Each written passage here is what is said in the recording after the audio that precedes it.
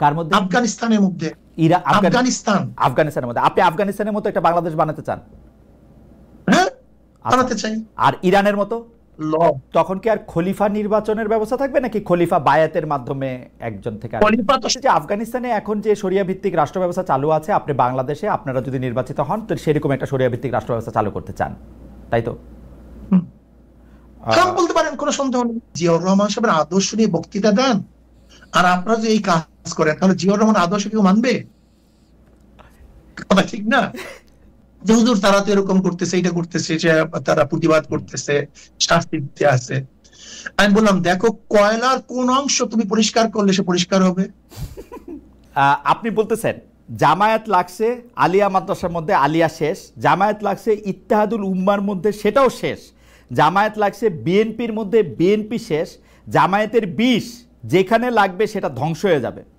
আরেকটাতে আপনি বলতেছেন কোনো দেশ যদি কমিউনিস্টরা দখল করে নেয় সেখানেও একদিন ইসলাম আসতে পারে, কিন্তু আল্লাহ করুক কোনো দেশ যদি আল্লাহ না করুক হবে মনে হয়, কোনো দেশ যদি জামায়াত দখল করে ফেলে কিয়ামতের আগ পর্যন্ত আর কোনোদিন ইসলাম আসবে না। ইউরোপে আমরা ছাত্ররা পড়তে যায়, কি করে? পার্ট টাইম কাজ করে, পার্ট টাইম পড়াশোনা করে। ঠিক আমিও প্রত্যেক ইন্ডাস্ট্রিজের কাছে সিস্টেমটা এইভাবে রাখবো, তারা 5 ঘন্টা 4 ঘন্টা পড়াশোনা করবে আর তাদের জীবন নির্বাহ করার জন্য কাজ করবে। তারা ঘর সংসার করবে না। গত জানুয়ারি মাসে জামায়াতের আমির যখন আপনাদের আমিরের সঙ্গে দেখা করেছেন, আপনিও সেখানে উপস্থিত ছিলেন, এর কয়েকদিনের মধ্যে বিএনপির মহাসচিব মির্জা ফখরুল ইসলাম আলমগীরও আপনাদের সঙ্গে দেখা করেছেন। তখন আপনাদের সঙ্গে বিএনপি 10টি মোটের উপর 10টি বিষয়ে একমত হয়েছিল, এমন প্রতিবেদন আমরা পত্রপত্রিকায় দেখেছি, কিছুটা আপনাদের মুখে বা বিএনপির মুখেও শুনেছি। এর মধ্যে ছিল ফেসিবাদ বিরোধী শক্তিগুলি একে অপরের বিরুদ্ধে আঘাত করে কথা বলবে না। কিন্তু আপনার সাম্প্রতিক অনেক বক্তব্যে বিএনপির কঠোর সমালোচনা, মানে নিন্দা মন্দ আমরা দেখতে পাচ্ছি। বিএনপির বিরুদ্ধে চাঁদাবাজির অভিযোগ আনছেন। আমি কিন্তু বিএনপির বিরুদ্ধে চাঁদাবাজির অভিযোগে সাফাই গাইছি না, আমি বলছি আপনি অভিযোগ আনছেন, মানে বিএনপি চাঁদাবাজি করতেও পারে। বিএনপির দলীয় কোন্দল নিয়েও আপনি খোঁচা দিচ্ছেন। আপনি বলছেন বিএনপির হাতে দেশ নিরাপদ নয়। জিয়াউর রহমানের আদর্শ দেশের মানুষ দেখতে চায় না, আপনি এটাও বলেছেন। বিএনপির প্রতি আপনারা হঠাৎ ক্ষিপ্ত হলেন কেন শায়েকে চরমনাই? না, দেখেন, বিএনপির উপরে আমি ক্ষিপ্ত হইনি, জনগণ ক্ষিপ্ত হয়েছে। আমি যেহেতু জনগণের মুখপাত্র হিসেবে সেটা ব্যক্ত করি। দেখেন, আচ্ছা, আসলে মূল প্রবলেমটা কোথায়? আমরা একই সাথে আন্দোলন করেছিলাম দেশকে গড়ার জন্য, মানুষকে শান্তি দেওয়ার জন্য, মুক্তি দেওয়ার জন্য। জিয়াউর রহমান সাহেব আদর্শ নিয়ে তারা বক্তব্য দেয়, জিয়াউর রহমান সাহেব এই ছিলেন সেই ছিলেন, সেদিকে একজন বক্তব্য শুনলাম। আমি বলেছি জিয়াউর রহমান সাহেবের আদর্শ নিয়ে বক্তৃতা দেন, আর আপনারা যদি এই কাজ করেন, তাহলে জিয়াউর রহমান আদর্শ কেউ মানবে? কথা ঠিক না? আমরা খুনের বিরুদ্ধে আন্দোলন করেছি, আপনারা নিজেরা যদি খুন করেন তাহলে আপনাদের বক্তব্য কেউ শুনবে? আপনারা চাঁদার বিরুদ্ধে আন্দোলন করেছে, এখন আপনারা যদি চাঁদা তুলেন তাহলে আপনাদের কেউ ক্ষমতায় নিবে? দেখেন, আমাদের মূল কাজটা কি? রাজনীতি কেন করি খালিদ ভাই? রাজনীতি করে মানুষকে শান্তি দেওয়ার জন্য, মুক্তি দেওয়ার জন্য, মানুষ অধিকারকে প্রতিষ্ঠিত করার জন্য। কে কিসের জন্য করে জানি না, আমি তো এর জন্য। আমি চাই মানুষ জুলুম, নির্যাতন, অপহরণ, ধর্ষণ, সে আয়নাগর বাংলাদেশে আর দ্বিতীয়বার তৈরি না হোক, নির্বাচনে মানুষ হত্যা না হোক। আমার মা, আজকে আপনি খবর দেন, আজকে চাঁদা নেওয়া দেওয়ার কারণে স্বামীকে বেধড়ক ভাবে মেরে তার সামনে তার স্ত্রীকে ধর্ষণ করেছে। আজকের খবর, বিএনপির লোকজন করেছে। আজকের খবর দেখেন আপনি, না আপনি কি বলবেন? এটা তো বিএনপির লোকজন বলতে এটা তো আর বিএনপির দলীয় অবস্থান নিশ্চয়ই না। আজকে যদি আপনার চরমনাইয়ের এত ভক্ত, এর মধ্যে কেউ একজন যদি কোনো একটা দুষ্কর্মে নিয়োজিত হন, সেটার জন্য তার মুফতি সৈয়দ ফজলুল করিমকে আসলে দোষ দেওয়া যাবে না। মানে আমি সাধারণভাবে বলবেন তো চরমনাই ভক্তরা করছে, এটা তো ফেরানো যাবে না। হ্যাঁ, চরমনাই ওলারা করছে, এটা তো ফেরানো যাবে না। না, চরমনাই ওরা করছে সেটা বলা যাবে, কিন্তু এটার জন্য নাম্বার 2 খালিদ ভাই, এখানে আমি একটা কনসেপ্ট আমি ক্লিয়ার না করলে হবে না। কনসেপ্ট একেবারে ক্লিয়ার করতে হবে। আমাকে একজন বলেছেন যে হুজুর তারা তো এরকম করতেছে, এটা করতেছে, তারা প্রতিবাদ করতেছে, শাস্তি দিতে আছে। আমি বললাম, দেখো কয়লার কোন অংশ তুমি পরিষ্কার করলে সে পরিষ্কার হবে? তাদের সিস্টেমটাই তো চাঁদাবাজি।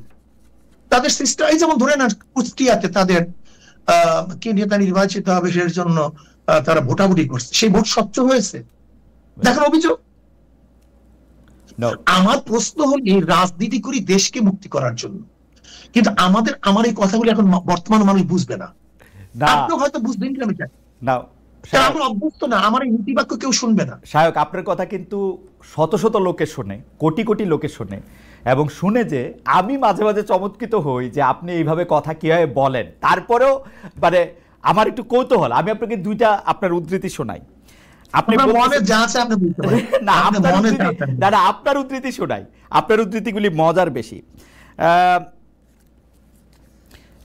আপনি বলতেছেন জামায়াত লাগছে আলিয়া মাদ্রাসার মধ্যে, আলিয়া শেষ। জামায়াত লাগছে ইত্তেহাদুল উম্মার মধ্যে, সেটাও শেষ। জামায়াত লাগছে বিএনপির মধ্যে, বিএনপি শেষ। জামায়াতের বিষ যেখানে লাগবে সেটা ধ্বংস হয়ে যাবে। আরেকটাতে আপনি বলতেছেন কোনো দেশ যদি কমিউনিস্টরা দখল করে নেয় সেখানেও একদিন ইসলাম আসতে পারে, কিন্তু আল্লাহ করুক কোনো দেশ যদি আল্লাহ না করুক হবে মনে হয়, কোনো দেশ যদি জামায়াত দখল করে ফেলে কিয়ামতের আগ পর্যন্ত আর কোনোদিন ইসলাম আসবে না।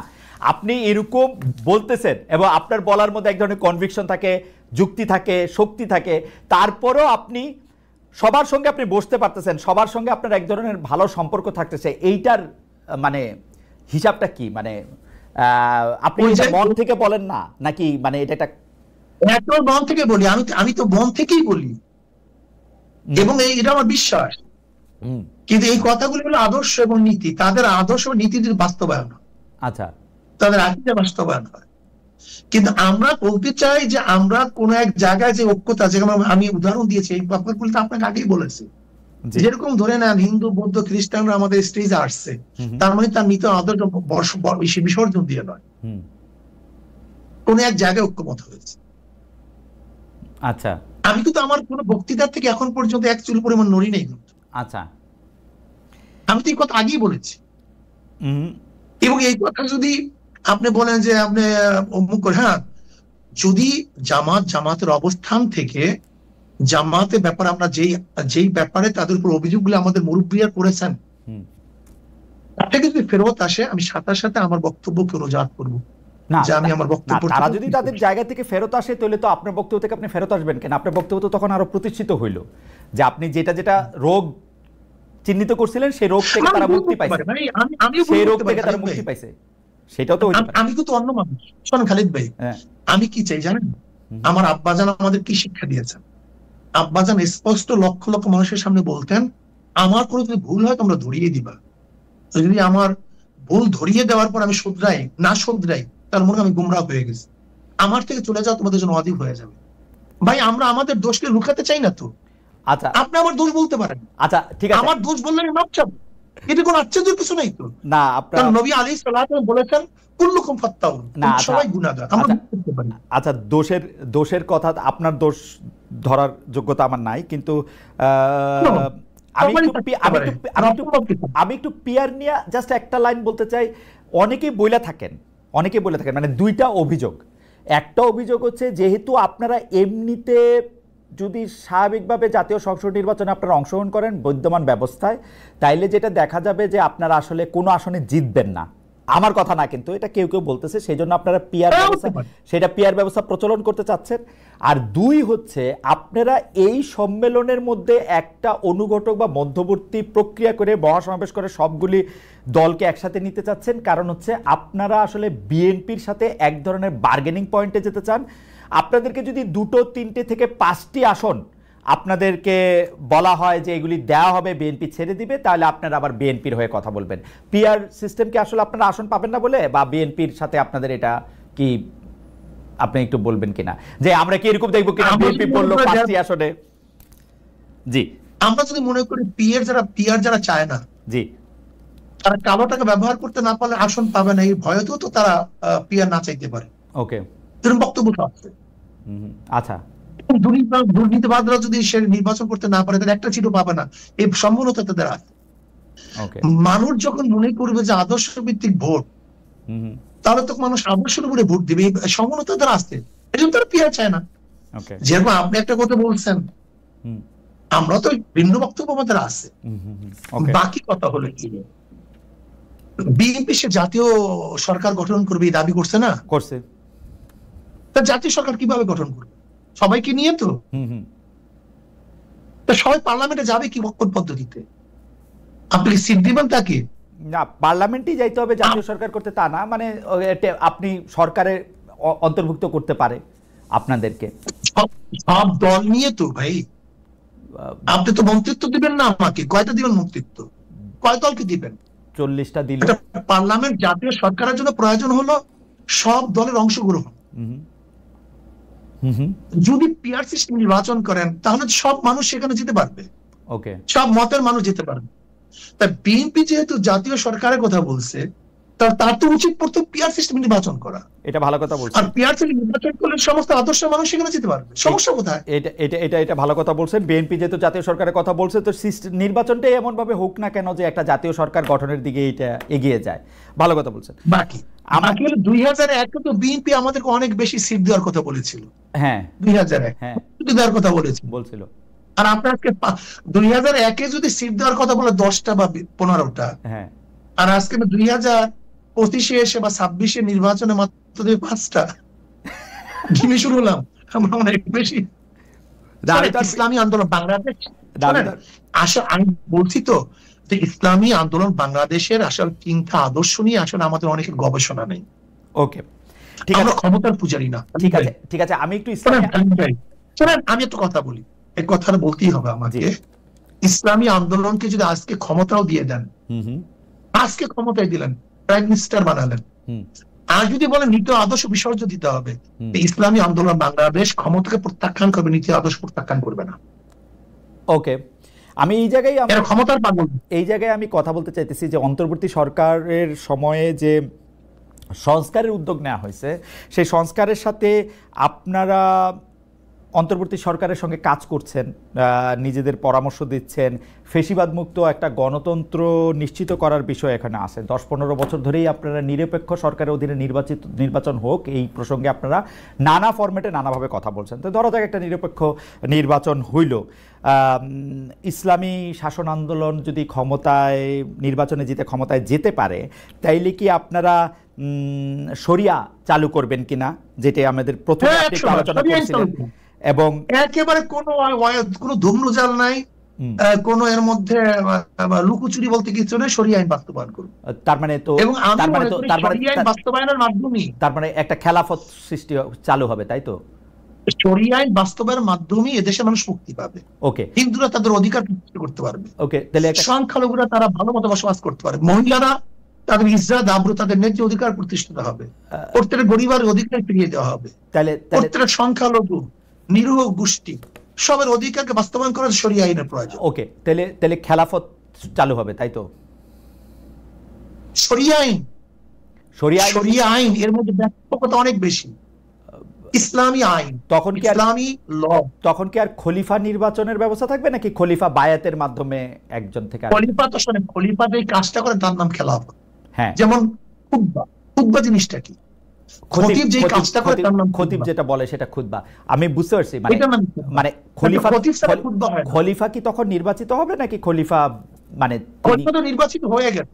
খলিফাতে নির্বাচিত হওয়ার আগে খেলাফত হয় না, আগে নেতা নির্বাচিত হওয়ার পরে খেলাফত হয়। মানে সেটা তো আসলে ঠিক, মানে সেটা কি নির্বাচন নাকি সিলেকশন? কারণ হচ্ছে আমরা ইসলামের যে প্রথম, আমরা ইসলামের 4 খলিফা 4 ধরনের নির্বাচিত হয়েছে। কার দ্বারা নির্বাচিত হয়েছে? 4 ধরনের নির্বাচিত হয়েছে। 4 ধরনের, হ্যাঁ, 4 ধরনের, হ্যাঁ, নির্বাচিত হয়েছে। রাইট। আমরা যেই একভাবে নির্বাচিত, যেইভাবে নির্বাচিত এখন হচ্ছি, আপনারা গণতান্ত্রিক জনগণ নির্বাচন করলে, হ্যাঁ, আপনার গণতান্ত্রিক প্রক্রিয়া নির্বাচিত হইলেন, তারপরে শাসন ব্যবস্থাটা কিরকম হবে? শোনেন, গণতন্ত্র এক জিনিস, নির্বাচন ভিন্ন জিনিস। খালিদ ভাই, গণতন্ত্র নির্বাচন আরেক জিনিস, নির্বাচন ভিন্ন জিনিস। নির্বাচন হল নেতা নির্বাচনের পদ্ধতি। সমাজতন্ত্রবাদীরা নির্বাচন করে না, করে। তাদের আদর্শ কি? সমাজতন্ত্র। গণতন্ত্র সমাজতন্ত্র কি এক জিনিস? না, তন্ত্র হিসেবে আলাদা। কিন্তু তার মানে হলো গণতান্ত্রিক হইতে হলেও নির্বাচন দরকার আছে, সমাজতান্ত্রিক হইতে হলেও নির্বাচন দরকার আছে, দুইটাই নির্বাচন দরকার। এটা হলো তার মানে কি? নির্বাচন হলো নেতা নির্বাচনের পদ্ধতি। ওকে, এটা হলো দর্শন না, এটা আদর্শ না। ওকে, নির্বাচিত হওয়ার পরে তার আদর্শে অ্যাপ্লাই করবে। নির্বাচিত হওয়ার পরে, অর্থাৎ আমি আমি আমি আমি শুধু স্টেজটা বুঝতে চাইছি হুজুর, যে আপনি গণতান্ত্রিকভাবে বা গণতন্ত্রের মধ্যে যে নির্বাচন ব্যবস্থাটা আছে অনেক সংস্কার টস্কারের মাধ্যমে, ওই নির্বাচন ব্যবস্থার মাধ্যমে আপনি এইভাবে বলতে পারেন আমাদের দেশে যে নির্বাচন আছে, এইভাবে বলতে পারেন। ওকে, আমাদের দেশে আপনি রাষ্ট্র ক্ষমতায় বা রাষ্ট্র ক্ষমতায় গেলেন বা শাসন ক্ষমতা একুয়ার করলেন, তারপরে আপনি শরিয়া চালু করবেন, তাই তো? ওই শরিয়া কি এখন অন্য পৃথিবীতে অন্য জায়গায় চালু আছে, এরকম কোনো উদাহরণ কি আমরা দেখবো? মানে আমরা এরকম শরিয়া দেখতে চাই বা এরকম শরিয়া দেখতেছি, ধরেন এই পৃথিবীর অন্য কোনো রাষ্ট্র আমাদের শরিয়া আমাদের দর্শন, হ্যাঁ আমাদের দর্শন, আমাদের শরিয়া, হ্যাঁ হ্যাঁ আমাদের কোরআন ও হাদিসের মধ্যে দেয়া আছে। এখনকার কোন রাষ্ট্র আছে কিনা? আমার মতে দেখেন এখনকার কোন রাষ্ট্র ব্যবস্থা আছে কিনা, এরকম রাষ্ট্র ব্যবস্থা আছে কিনা? এখন ইরানের মধ্যে আপনি দেখতে পারেন সেখানে শরিয়া অনেক বেশি। কার মধ্যে? আফগানিস্তানের মধ্যে। আফগানিস্তানের মধ্যে। আপনি আফগানিস্তানের মতো একটা বাংলাদেশ বানাতে চান? হ্যাঁ, বানাতে চাই। আর ইরানের মতো? দেখেন ইরানের ব্যাপারটা হলো, যেখানে ইরানের যদি ভালো ভালো যে দর্শনগুলি আছে, ইরানের যে ভালো দর্শন, ওকে, যেটা শরিয়াতে সাংঘর্ষিক না। আমেরিকার যে ভালো দর্শন, শরিয়াতে সাংঘর্ষিক না। ইংল্যান্ডের কোনো ভালো দর্শন, শরিয়াতে সাংঘর্ষিক না। রাশিয়ার কোনো ভালো দর্শন যেটা ইসলামের সাথে সাংঘর্ষিক না। এরকম জনগণের স্বার্থে। ওকে ওকে, তাহলে আমি মোরলেস মনে করতেছি যে আফগানিস্তানে এখন যে শরিয়া ভিত্তিক রাষ্ট্র ব্যবস্থা চালু আছে, আপনি বাংলাদেশে আপনারা যদি নির্বাচিত হন তো সেরকম একটা শরিয়া ভিত্তিক রাষ্ট্র ব্যবস্থা চালু করতে চান, তাই তো? বলতে পারেন, কোনো সন্দেহ নেই। ওকে, এই ক্ষেত্রে একটা প্রশ্ন চলে আসে, আপনি প্রশ্ন করতে পারেন সেখানে কোনো সমস্যা হবে কিনা, সেই প্রশ্নগুলো স্পেসিফিক করতে পারেন। হ্যাঁ, আমি স্পেসিফিক, তাহলে এই প্রশ্ন আমি স্পেসিফিকই করি যে আপনারা মানে প্রসঙ্গটা আইনা করি আর কি, আপনারা নারী বিষয়ক সংস্কার কমিশনের ঘোর বিরোধী। আপনাদের সমাবেশ থেকে এই কমিশনকে ডাস্টবিনে নিক্ষেপ করার দাবি করা হয়েছে। আপনারা বলেছেন নারী কমিশন প্রতিটি পৃষ্ঠায় ধর্মের অবমাননা করা হয়েছে, এর সঙ্গে সংশ্লিষ্টদের আইনের আওতায় আনা হবে, ঢাকায় তাদের প্রকাশ্যে বিচার করতে হবে, যেন ভবিষ্যতে, হ্যাঁ, যেন ভবিষ্যতে এমন কেউ এমন প্রস্তাব দেওয়ার সাহস না পায়। এই নারী কমিশনের রিপোর্ট নিয়ে ডক্টর মোহাম্মদ ইউনূস অনেক উচ্ছ্বাস প্রকাশ করেছিলেন। আপনি কি মনে করেন তাকেও শাস্তির আওতায় আনা উচিত কিনা? এটা হচ্ছে প্রথম প্রশ্ন। দুই হচ্ছে, নারীদের অধিকারের ক্ষেত্রে আপনি আফগানিস্তানের উদাহরণ দিয়েছেন, যেহেতু সেহেতু আমি বলতেছি যে আফগানিস্তানে মেয়েরা কাজ করতে পারে না, পড়ালেখা করতে পারে না, ইন্ডিপেন্ডেন্ট অনেক কাজ করতে পারে না, বরং সৌদি আরবে অনেকে অনেক সহজে করতে পারে। আপনারা কোনটা নিতে চান? বা এবং ইরানে অনেক মেয়েরা অনেক কাজ করে, আরব দেশে, মালয়েশিয়া তো তাই। জি খালিদ ভাই, জি, আপনার নারী বলতে কোন নারী মনে করেন? আমাদের দেশে বেদের সম্প্রদায়ের নারী মনে করেন, না চেয়েছিলাম হেচ্ছা হয়ে গেলাম বেশ্যা, এদের বাস্তবায়ন করতে চান? না তসলিমার দর্শন বাস্তবায়ন করতে চান? না সুফিয়া কামালের দর্শন বাস্তবায়ন করতে চান? আমি নারী পুরুষের সমান অধিকার চাই। আমি নারী পুরুষের সমান অধিকার চাই, মানুষ হিসাবে নারী এবং পুরুষের সমান অধিকার। আমি কথা বলতে দেন ভাই। জি, আমি আগে আমাকে প্রশ্ন করলেন, সেজন্য আমি বললাম আর কি। না ঠিক আছে, আমি সেই প্রশ্নের জবাব দেব। আমি নিজে প্রশ্ন করে নিজে জবাব দেব। ও আচ্ছা, বুঝতে পারিনি। জি, আমি প্রশ্ন করার পর আমি জবাব দেব। আমি সেই প্রশ্নটা নিজেকেই করতে, ঠিক আছে ঠিক আছে। আমাদের দেশের নারীদের মধ্যে যারা মাদ্রাসায় পড়াশোনা করে, ধরেন আমার স্ত্রী কি, আমার মা কি, আমার বোন কি, আমার মেয়ে কি। এখন আমার মেয়ে, আমার বোন, আমার মা, আমার স্ত্রীর যদি কোনো, যারা বলছে চেয়েছিলাম হেচ্ছা হয়ে গেলাম বেশ্যা, তারা যদি প্রণয়ন করে সেই নারী নীতিটা আপনি কি মনে করবেন? প্রশ্ন আপনার কাছে আমি করলাম, এটার জবাব দেবেন। দেখেন, আমরা নারীদের সমান অধিকার চাই না, আমরা ন্যায্য অধিকার চাই। ক্লিয়ার কাট কথা, আমরা নারীদেরকে সমান অধিকার চাই না। ধরে নেন খালিদ ভাই, আপনার স্ত্রী গেলেন বাজারে, বড় একটা ব্যাগ, যদি সমান হয় তাহলে কতক্ষণ আপনার স্ত্রী টানতে হবে, কতক্ষণ আপনার টানতে হবে, কিন্তু টানে কে ব্যাগটা? এখানে আমি আমার স্ত্রীকে অগ্রাধিকার দিই, মানে অগ্রাধিকার দিই, এখানে আমি কষ্ট বইতে দেব না। ধরে নেন 2 মণ একটা বোঝা, এটা আমি স্ত্রীর মাথায় তুলি না স্বামীর মাথায় তুলি, এখানে আমি স্ত্রীকে কষ্ট দেব না। আমি স্ত্রীর ন্যায্য অধিকার চাই। যেই আমি যদি ধরে নেন ইসলাম যদি শরিয়া যদি বাস্তবায়ন হয়, আমরা একই ঘরে 2টা চাকরি, যেমন স্বামীও ডিসি আর স্ত্রীও ডিসি হবে আর একজনের, আর এক আমার মা বোন নায়িকা থাকবে, এরকম না। বরং যেই ঘরে চাকরি নেই, যেই নারীর চাকরির প্রয়োজন, আমরা খুঁজে খুঁজে সেই নারীকে ডেকে ডেকে চাকরির ব্যবস্থা করি। শায়ক, যেই নারী আপনি আমাকে যখন কথা বলতে দিবেন তাহলে আমাকে দিয়েন আর কি, আমি কয়েকটা নোট নিচ্ছি। আমি আমার বক্তব্য শেষ করলে কত সুবিধা। জি জি জি। যেমন নারীর শিক্ষা, নারীর শিক্ষা ইসলামের মধ্যে নবী আলাইহিস সালাতু বলছেন আম্মাজান আয়েশার থেকে সুলুস বা নিস ইলম শেখার জন্য। আমাদের এমন কোন মুহাদ্দিস নেই যারা নারীদের ওস্তাদ মানে না। আমাদের মুহাদ্দিসদের মধ্যে নারীদের ওস্তাদ ব্যতীত কোন মুহাদ্দিস হাদিস পড়াতে পারে না। নারীর মধ্যে শিক্ষা নাই মানে আম্মাজান খাদিজা কুবরা রাদিয়াল্লাহু তাআলা ব্যবসার থেকে আমার নবী আলাইহিস সালাতু ওয়াসাল্লাম ব্যবসা শিখছেন এবং তিনি প্রতিষ্ঠিত হয়েছেন। আমরা ইসলামিক যদি হুকুমত করতে পারি তা নারীরা বড় বড় ধনী হবে, আমরা তাদেরকে ব্যবসা বানিয়ে দেব।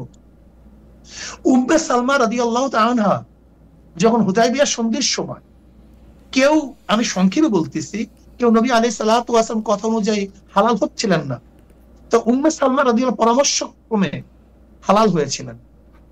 এখন কেউ যদি মনে করেন যে নারীবাদী মানে হলো তাকে ওই অমুকের দর্শনে চলতে হবে, এইটাই নারীদের সমান অধিকার, এটাই মানি না। আমি মনে করি যেখানে নারীদের যতটুকু ন্যায্য অধিকার প্রতিষ্ঠা করা দরকার, আমরা সেখানে নারীদেরকে সেই ন্যায্য অধিকার প্রতিষ্ঠা করব। দেখেন ইসলামের মধ্যে মিশরের এক ডক্টর একটা কিতাব লিখছেন, সেটা 30,000 মুহাদ্দিসদের নাম দিয়ে আসেন, 30,000 মুহাদ্দিসা। নারীদের মধ্যে হাজার বড় বড় যোদ্ধা ছিলেন, কবি ছিলেন। খানসা রাদিয়াল্লাহু তাআলা ইসলামের মধ্যে বহুত বড় কবি ছিলেন, তিনি নারী ছিলেন। কাজী এই যে নারী নিয়ে পাশ্চাত্যরা আজকে আমাদের নারী মাজাদের কোথায় নিয়ে পৌঁছাইছে দেখেন তো আপনার পাশ্চাত্যের অবস্থাটা কি, আপনি খুঁজে দেখেন। আজকে নারী অধিকারের নামে এই কয়েকদিন আগে সাভারে হত্যা করছে তার বাবাকে।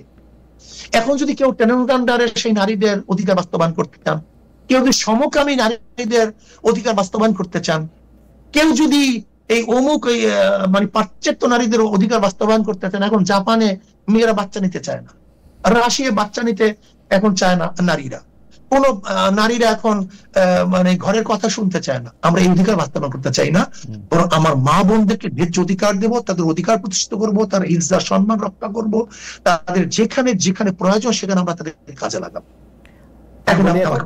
আমি বলি, হ্যাঁ শায়ক আপনাকে ধন্যবাদ। শায়ক আমার অনেকগুলি প্রশ্ন, আপনি যদি একটু ছোট ছোট করে জবাব দেন যে আপনাদের যে নারী নিয়ে বা বাংলাদেশে শরিয়া প্রতিষ্ঠা করা নিয়ে যে আপনাদের আদর্শ, সেই আদর্শের সাথে আপনারা ওই দিন যাদের সাথে মহাসম্মেলন করেছেন অর্থাৎ জামায়াত, এনসিপি এবং অন্যান্য দলগুলি, তারা কি আপনাদের সাথে একমত কিনা, বা এই ব্যাপারটা নাও হতে পারে। ঠিক আছে, এইবার আপনি নারীদের ন্যায্য অধিকারের কথা বলছেন শায়ক। নারীদের ন্যায্য অধিকারটা আসলে কে ঠিক করে দিবে? নারীদের ন্যায্য অধিকারটা কি শায়ক আপনি ঠিক করে দিবেন, নাকি নারীরা এরকম ভাবে ন্যায্য অধিকার নিতে পারবে যে ধরেন সে বিশ্ববিদ্যালয়ে পড়লো, পড়ার পরে সে চাকরি করবে কি করবে না, ঘর করবে না বাচ্চা নিবে না, কি করবে সেটা সে তার মতো করে ঠিক করবে, সেটা সে ঠিক করবে, নাকি এটা রাষ্ট্র বা আপনি যারা রাষ্ট্র পরিচালনা করবেন তা ঠিক করে দিবে? রাষ্ট্র আপনার উপর কিছু নির্দেশ আইন দিয়ে দেয়, আবার রাষ্ট্র আপনার কিছু কাজ করার জন্য দেয়। ওকে, একটা রাষ্ট্র কিন্তু ব্যক্তিরও কিছু কাজের অনুমতি দেয়। ওকে, শরীয়ত এইভাবে আছে। তার মানে সংবিধানে কি মেয়েদের জন্য আলাদা আইন হবে যে নারীরা এটা করতে পারবে, পুরুষরা এটা করতে পারবে? না, এরকম পুরুষদের জন্য আইন থাকবে যে পুরুষ এটা করতে পারবে না। মানলাম, মানে নারী পুরুষের জন্য আলাদা আইন হবে কিনা সংবিধানে? এটা থাকবেই, প্রত্যেকের জন্য আছে। বাংলাদেশে এখন সংবিধানে নাই নারী পুরুষের জন্য আলাদা নাই। তাহলে আপনার এখন বাংলাদেশের আপনারা যে সমস্ত নির্দিষ্ট আসনগুলি রেখেছেন, না না, এটা আইন না। আমি বলতেছি বাংলাদেশে কোন পেশায়, আমাকে একটু বলেন যে এই সিটে এই জায়গায় সংরক্ষিত আসন অন্য কেউ নির্বাচন করতে পারবে না, কিন্তু আইন না? এটা তো আপনি বলুন এটা আইন না? হ্যাঁ আইন, কিন্তু সেটা তো পজিটিভ ডিসক্রিমিনেশন। আইন মানে কি? আপনি হুজুর, আপনার সাথে আমি তর্ক করে পারবো না, কারণ হচ্ছে যে আমি তর্কের মুডে নাই, আপনি আমাকে বলেন বাংলাদেশের সংবিধান নারী পুরুষের, এখনকার সংবিধান নারী পুরুষের সমান অধিকার দেয় কিনা? নারীদের উপর জুলুম করে, নারীদের প্রতি সমান অধিকার নাই। আমার নারীরা ধর্ষিত হয়, আমার নারীরা ডিফোর্স পৃথিবীর যেসব দেশ অ্যাবসলিউট শরিয়া আইনে যেসব দেশ চলে সেই সব দেশেও নারীরা ধর্ষিত হয়।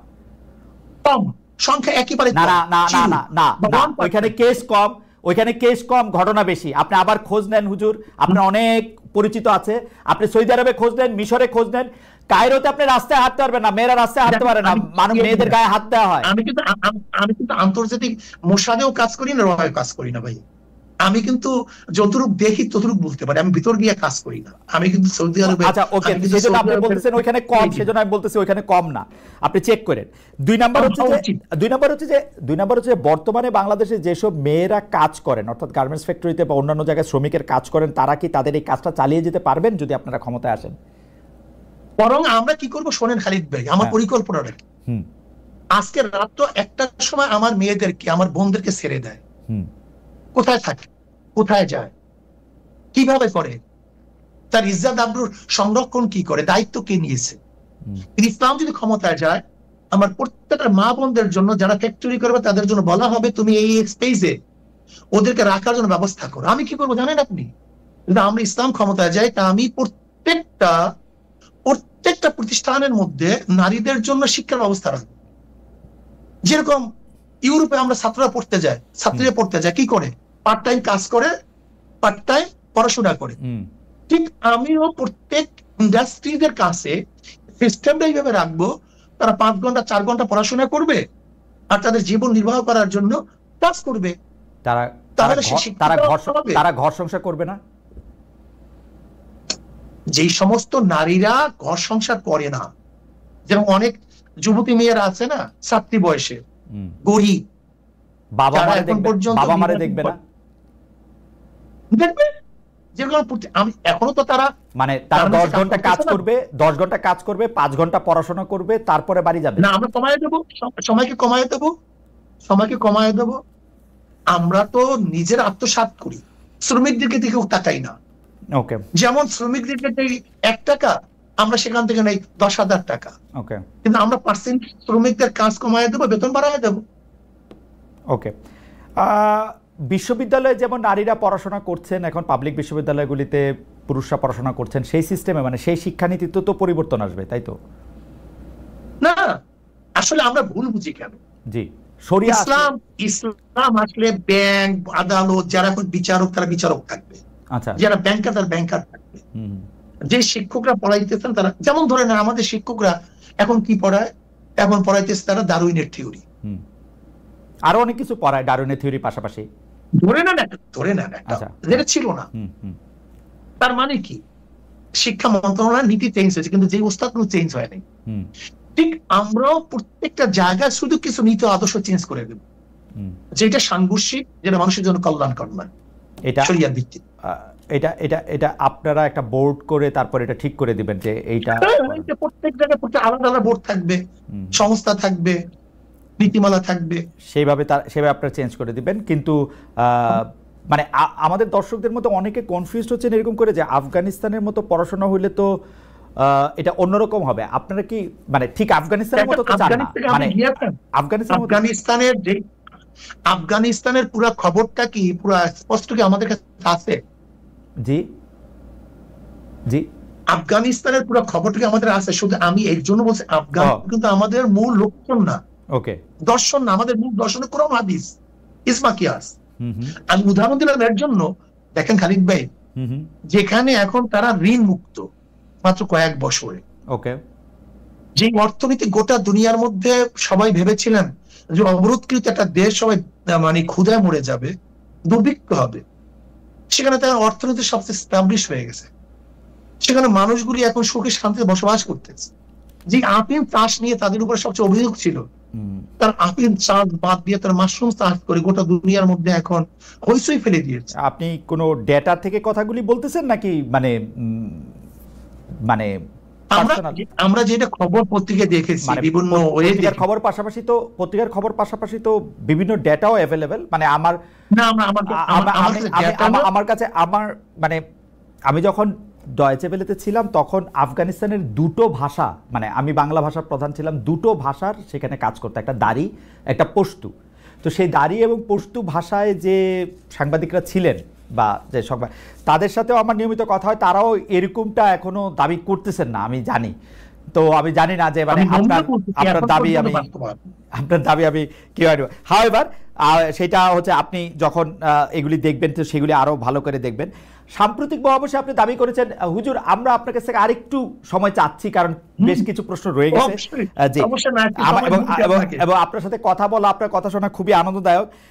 আপনারা সাম্প্রতিক মহাসমাবেশে দাবি করেছেন শায়ক যে ভারতের সঙ্গে হওয়া সব চুক্তি প্রকাশ করতে হবে, যে কোনো রাষ্ট্রবিরোধী চুক্তি বাতিলের দাবিও করেছেন, কিন্তু গত 10-11 মাসে অন্তর্বর্তী সরকার এসব বিষয়ে কিছুই করেনি। আপনার এ ব্যাপারে মন্তব্য শুনতে চাইব। এর আগেও আমি বলতেছিলাম যে নারী নীতি বলে যে নীতিটা বা নারী সংস্কার কমিশনে বলে যে সংস্কার কমিশনটা গঠন থেকে শুরু করে সেইটার ব্যাপারে ডক্টর মোহাম্মদ ইউনূসের একটা বড় ভূমিকা ছিল।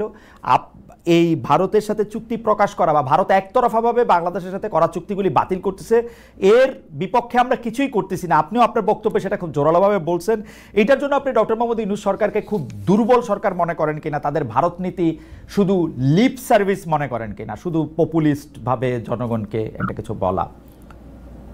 দেখেন, আসলে আমি যত অনুভব করতেছি যে ইউনূস সরকার যেই উদ্যমে কাজ করা শুরু করেছিলেন, আমাদের অসহযোগিতার কারণে মনে হয় তার উদ্যমের মধ্যে কিছুটা হলেও আমার ধারণা, আমি জানি না, তার সাথে আমি কথা বলিনি, তার উদ্যমের মধ্যে কিছুটা হলেও ভাটা পড়েছে বলে আমার ধারণা। যেহেতু আমরা সহযোগিতা ঠিক মতো করছি না, আমরা তাতে ডিসকানেক্ট করার জন্য চেষ্টা করছি, বা এই কথাগুলো আমরা বলেছি প্রস্রাব করে ভেসে যাবে, অমুক তমুক অনেক কথাই বলেছি। সে একজন ভদ্রলোক। দেখেন, ইউনূস সরকারের সরকার স্থায়িত্ব হোক বা তার নীতি আদর্শ আমি গ্রহণ ব্যাপারটা কিন্তু এরকম না। আমরা যেই 3টে জিনিসের উপরে সংস্কার, নির্বাচন এবং বিচারের ব্যাপারে ইউনূস সরকারের কাছে আমরা দাবি জানিয়ে আসছি, সেহেতু সেই ব্যাপারগুলির জন্য যদি আমরা বারবার বাধা সৃষ্টি করি, তাহলে তার মন এবং তার সরকারের অবস্থাটা কতটুকু কি হতে পারে সেটা আপনিও ভালো বোঝেন, আমিও ভালো বুঝি। তবে আমি ইউনূস সরকারকে বলবো, সাহস নিয়ে এই দেশকে রক্ষা করার জন্য দেশ বিরোধী সমস্ত চুক্তিগুলি বাতিল করা উচিত। এর জন্য আমরা মহাসম্মেলনে প্রেসার দিয়েছি, এবং কি কি চুক্তি হয়েছে বিগত সরকারের আমলে সেগুলি জনগণকে জানানো, এটা আমাদের দাবি। ওকে শায়ক, অন্তর্বর্তী সরকারের সময় একের পর এক মাজার ভাঙা হয়েছে, যে সংখ্যা এখন শতাধিক হয়েছে। মাহফিল, জলসা, ওরসের আয়োজনও বন্ধ করা হয়েছে অনেক এলাকায়। এসব ঘটনায় কেউ বলছেন তৌহিদি জনতা জড়িত, কেউ বলছেন মব জড়িত। আপনারা বিষয়টাকে কিভাবে দেখছেন? সংখ্যালঘুদের প্রশ্নে আমি আবার পরে আসছি। আপনি যদি মাজার, ওয়াজ, তারপরে হচ্ছে মাহফিল, জলসা, ওরস, এই মাজার ভাঙ্গা, এটার সাথে আমরা একমত। মাজার মানে কি? জায়েজ জিয়ারত, যেখানে জিয়ারত করা হয় সেটার নাম হলো মাজার। মসজিদ মানে কি? যেখানে সিজদা করা হয় তার নাম মসজিদ। মাজার তো খারাপ জিনিস না। ওখানে যদি কেউ ভণ্ডামি করে, কেউ সিজদা দেয়, শিরক করে, সেটাকে বাধা দেওয়া উচিত, বুঝানো উচিত। কিন্তু কেউ যদি মাজার ভাঙ্গে, এটা করে সেটা করে, সেটা আমি একমত না। আমি মনে করি আমাদের যারা এই কাজগুলি করে সেখান থেকে তাদের ফিরে আসা উচিত। বরং ইসলামের নামে যে সমস্ত ভাইয়েরা, আমার ইসলামের দাবিদার আমার মুসলিম ভাই বোনেরা যদি শরিয়াত বিরোধী কোনো কাজ করে, আমি তাদের অনুরোধ করব এটা থেকে তাদের ফিরে আসা উচিত। ইসলামের মধ্যে যেগুলি নেই সেগুলো করা উচিত না।